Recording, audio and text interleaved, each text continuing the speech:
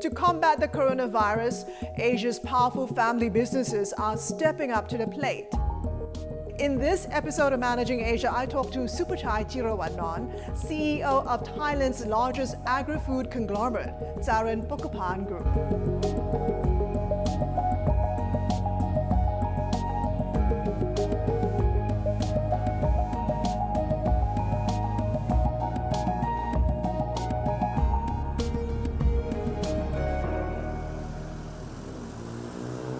From Bangkok, he steered telco giant True Corporation out of the Asian financial crisis. Now,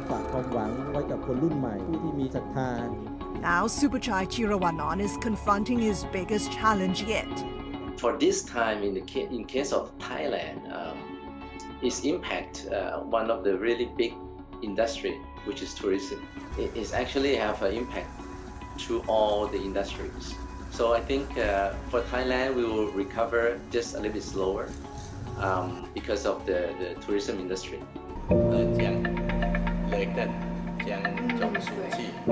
From Thailand's richest family, Chearavanont runs the Charoen Pokphand Empire, also known as CP Group, one of a handful of influential family businesses that control much of the country's economy. As one of the world's biggest food producers, the powerhouse reaps a bumper revenue of $65 billion a year, from harvesting everything from animal feed to poultry to swine to shrimp. CP affiliates also run more than 12,000 7-Eleven stores and a top telco, True Corporation. It is really caught all of us off guard, but it actually become a great teacher. You know, I think crisis always come with great learnings and opportunity. We learn so much from this crisis, and a lot of market behavior shift and change. The digitalizations or the new economy sort of being accelerated. Chearavanont is big on digitalization, hungry to future-proof the company. He recently led a consortium to win a massive high-speed rail project that will link 3 airports in Thailand. The tech-savvy CEO thinks COVID is a turning point for the 100-year-old conglomerate. It's sort of like, fast-tracking and teaching everyone to really leverage on this digital connectivity. And maybe we address the problems or the economy much better, and also learning from each other much better than before. To tackle the immediate crisis, Thailand's largest private sector employer has rolled out a multi-pronged strategy. First is definitely we're talking about protecting and controlling. So we have to protect our employees, including from COVID, also the job securities. So including their family, and if their families have any kind of have the member of the family who are out of job, we actually help them more with food, coupons and all those things, necessities, including the education funds for the children. So CP Group have over 400,000 employees across 20 countries.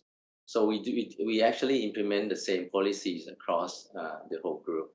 The second thing is the business continuity. I think our food supply, retail and distributions, they are key infrastructure for people to access to the necessities during the COVID pandemic, for example.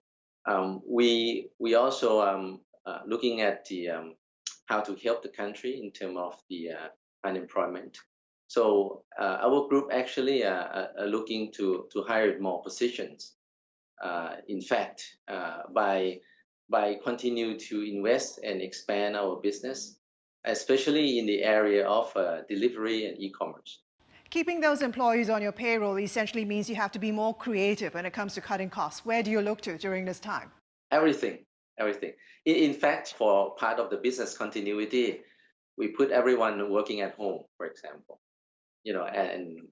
That kind of also changed a lot of dynamics, a lot of OPEX related to the travelings, a lot of OPEX related to all the offices, space, electricities, etc. We definitely have to look into the business operation whereby which are not really making margins, and maybe we have to stop some of those. Give me an example. I think certainly some of the 7-Elevens that are in the area, we have to stop some of the operation where we rotate, the people to another branches. We have to do a lot of cost cutting to maintain the full 3 shifts of people. So those are the area that we have to cope with. The food side is actually much better. The telecom and media is okay. People are downgrading certain package, but people are subscribing more broadband at home, for example. So it's kind of offsetting each other. People are using more 4G and into 5G, for example. So the most impacted area are mostly the retail business area, which have been shut down. Now we are seeing the recovery. Like for example, Macro, they actually have been recovering back to almost pre-COVID. And their online business, the B2B online ordering business, actually doubled from last year 10% to 20% over the COVID pandemic in Thailand. We have to continue to look into every area, including some of the risky investment, not the fundamental investment, some of the risky investment or some of a high risk expansion. So some of the expansion we are doing, we actually have to slow it down a little bit to look at how we overcome this period of difficulty first. But a lot of fundamental things such as the digitalizations, the infrastructure toward the whole group in digitalization, we continue to invest, and we believe that that's the way we have to evolve. So as you re-strategize, as you figure out what to do during this time, we know Thailand has actually extended the state of emergency till the end of August. It's also further tightened security controls because new cases have emerged. From where you sit in Bangkok, are you worried about a second wave of infections derailing the Thai economy? So far, we are very lucky, and I think that government have done quite a really good job. Thailand have no new cases, only those who actually come from abroad. And the death rate is very low, so the treatment is really good. And the hospitals and the doctors and nurses in Thailand, they are really a heroes for the Thai people. So you're confident the situation is under control in Thailand? It seems to me a lot of business actually coming back to, I would say, around 80%. Some of them 90%, looking from the retail point of view. Okay, maybe not in the tourist hotspots area, but a lot of business are recovering. So dealing with the coronavirus is one thing, but recently adding to all the uncertainty was a political protest by these young students demanding the resignation of the Prime Minister. How much does all this jeopardize the recovery we're seeing in Thailand? The second wave is not going to be the COVID itself, for what I see. The second wave for the world economy, not only Thailand, is about the unemployment. Okay, I don't see that the freedom of speech and the protesting is a good thing. I think it's healthy for the society. But people out of job, new graduates who would find no jobs, I think those are problematic. And that is another underlying crisis throughout the world. Do you worry about the political protests escalating in Thailand? I think the government understands the situation very well, and they are very, I would say, flexible, and listens to the youngsters, and they are putting the spending in the right industry, such as the agro industry. In Thailand, all the economic crisis that happens, the agricultural sector, the farmers, they actually is a great absorption for all this unemployment. And this time, I think it's going to help Thailand reform the agro industry, as well as helping solving these unemployment problems. Apart from putting the rest of the industry back on track, I think the mentality, the attitude of the government, and how they understand how to solve the economy going forward. So I'm optimistic. At the height of the pandemic, you've actually reached a deal with Britain's retail chain Tesco to purchase its Lotus businesses in Thailand and Malaysia for $10.5 billion. What's the latest? Are you close to getting any sort of regulatory approval? Yes, it's still under the OTCC committees to consider to give the consent for such the acquisitions. So I cannot say much at the moment. We did reach the conclusion with the Tesco UK, but certainly we have to still looking for this approval. Let's talk more about that, because your father, Kundan, had actually sold the Lotus retail chain way back during the Asian financial crisis to stave off bankruptcy. How does it feel to be able to buy it back after 22 years? Was it your father's wish to bring back what he once built? I think certainly he is also quite exciting. We have to give it up during the Asian economic crisis, which is kind of heartbreaking for him and for all of us. You know that we still operate Lotus in China. And we operate 7-Eleven. We also operate Macro. So we are very keen in the distribution and retail business. This is one of our core business apart from the food and agro business. We cannot run it the same way it's used to. We have to make sure that it's going to the omni-channels, O2Os, is have to become e-commerce driven as well as, retail and real estate driven. So those are the challenge we have to go through, but we are optimistic. You and your family have always operated under the notion that every crisis brings opportunity. What else would you like to acquire during this pandemic crisis? Looking at this crisis, the opportunity for us lies on the e-commerce area. Going forward, we should be more and more into the health industry. We believe that data connectivities, genetics, technology, and food is going to converge. And this actually would disrupt the health industry as a whole. So we want to see that we certainly can take part in that. And with this pandemic COVID crisis, even more become more appeal and clear to us that this is the way to go. This is also the way to help health security for the people at large. Stay with us. More with Suphachai Chearavanont, CEO of Thai conglomerate CP Group, in just a moment. The fundamental of the business is actually coming back together quite well. Managing Asia will be right back.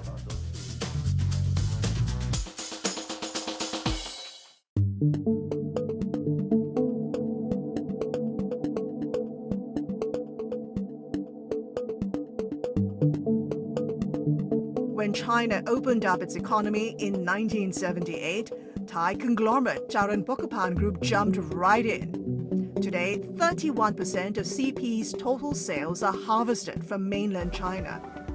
You were the first foreign company to invest in China. You were the first also to get into China's agribusiness way back in 1979. Earlier on this year, you made a donation of 222 million baht, or about 7 million US, to help China's efforts in combating the coronavirus. These donations that you make, it's not the first time. Are they done out of obligation because you have history, you have business there?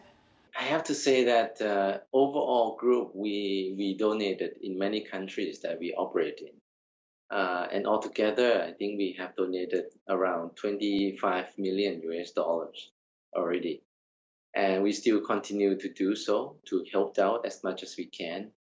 We, in fact, for the case of Thailand, we invest into a mask factory with the capacity of 3 million masks per month. We also give food supply to those quarantined people, doctors and nurses. We are donating food to right now more than 100 hospitals, for example. According to economic data, China's economy grew in the second quarter, making it the first major economy to actually achieve growth during this pandemic. From where you sit, given your operations in agribusiness, supermarkets in China, do you get a sense that the worst is over for the country, that a V-shaped recovery is actually taking place in China? I cannot speak, on behalf of the whole China economy. I can just speak on behalf of the CP Group in China. we have no impact in our food business. Our retail business is actually recovering and in fact doing better because of the e-commerce and delivery. So those are the two key areas. The fundamental of the business is actually coming back together quite well. So you do get a sense that China is actually recovering and that a V-shaped recovery is actually taking place? The worst is over? I think so. I think China, they are very decisive, I mean, in terms of the government, and they recognize a problem and they make the move right away. But again, I can't really predict, the world economy, how would it impact also China? Because I think this is a pandemic crisis.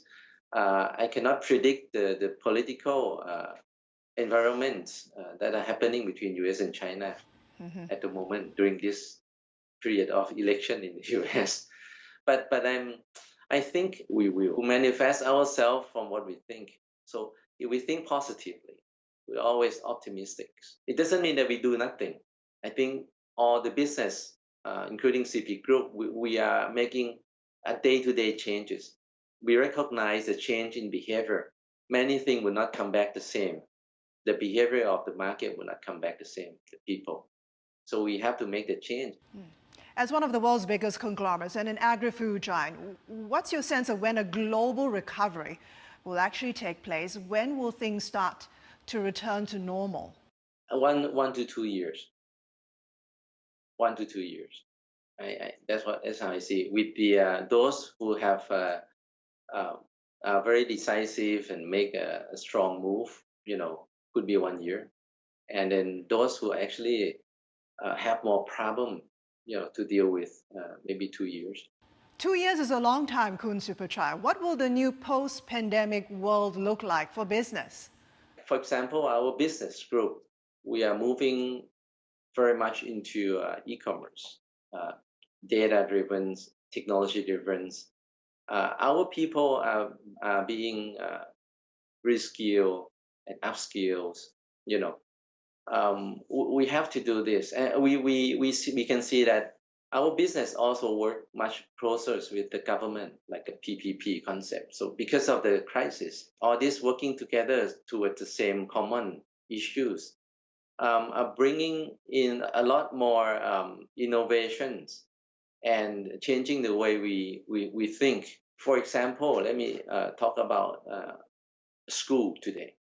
The school closed and students are learning from home. The company closed, people are still working from everywhere. In fact, upskill and reskilling, the employment would change. Now people will learn from everywhere, every institutions around the world. People are doing more jobs freely.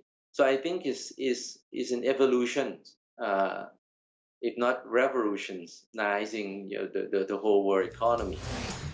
Stay with us. Coming up next, I think one lifetime is very short. Managing Asia will be right back.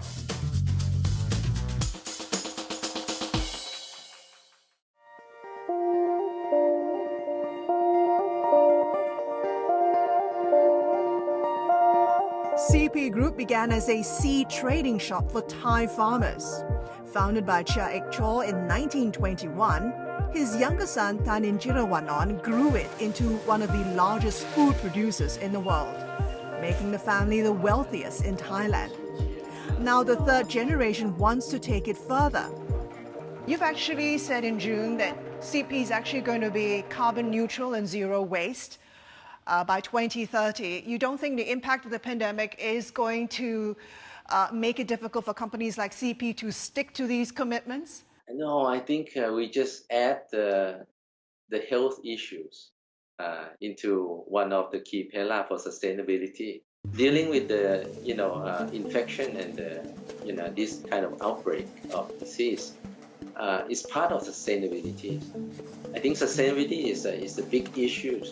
The way we are running the world, the way we are consuming the world is not normal.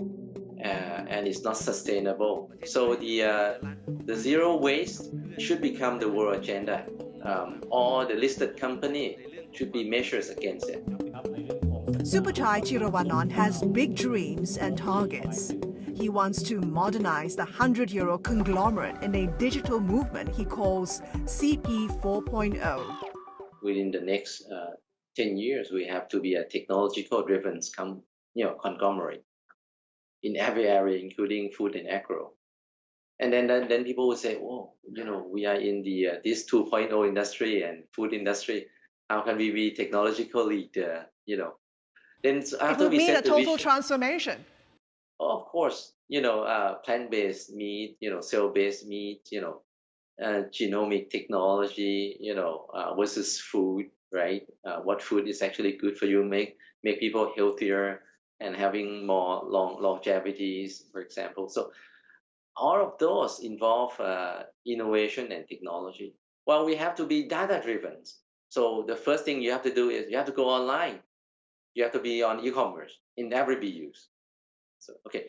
In that case, then your KPIs, what is your new KPIs? Your goals and target, what is the conversion rate, and how how much you know about data, what do you measure about analytics, including how you apply AI, for example.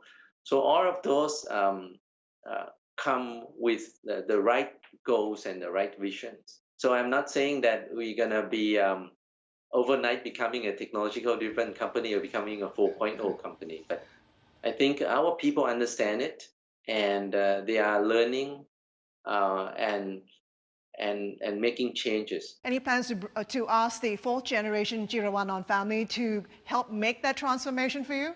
No, there are just a handful of Chearavanont in the business, and I think we have to rely on the professionals. And we have to understand that to really promote and empower all these younger people who have the talent, the will, the mindset, the right mindsets, and then they can cope with every changes. So not just a Chearavanont. Actually, even my son, I told him since he was young, you will not join the group. You will build your own business. Maybe I'll give you the advice, but you will build your own business. And that is not to give him to envision and give him the comfort zone. Once you are in the secure and comfort zone, you will not have any kind of imaginations, and you will not learn. So it's better that he tries something new and learn something and make mistakes and do his own business. And maybe one day if he becomes a successful businessman, we'll say, please come and work for CP and help CP. But no, we're not encouraging family members to work in the group. And finally, you're steering CP through this very difficult time during the coronavirus pandemic. The company is approaching its 100th anniversary next year. Do you think CP has what it takes to last for another 100 years? I think one lifetime is very short. Even though 100 years seems long, but one lifetime is what, 80, 85 years? It's very short. The problem is how, we don't have a chance to transfer the knowledge between the one lifetime.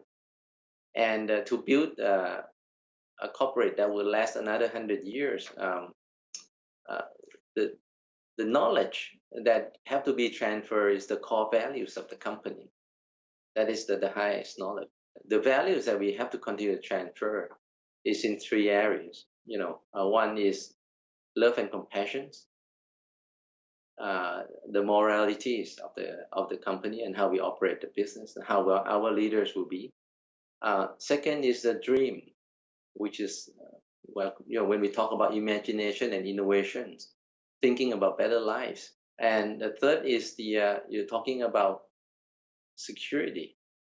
How can we actually be able to make sure that we are productive enough, we are competitive enough. So those are the three major pillars that we have to continue to make it transfer to the next generation to make us last 100 more years. Kun Suphachai, thank you so much for talking to me. Please stay safe and well during this time. Thank you, Christine. Thank you very much. Honor for me to meet you. And that was Suphachai Chearavanont, CEO of Thai conglomerate Charoen Pokphand Group. Do join me again on the next Managing Asia as we put the spotlight on leadership during this coronavirus pandemic. I'm Christine Tan. Thanks for watching.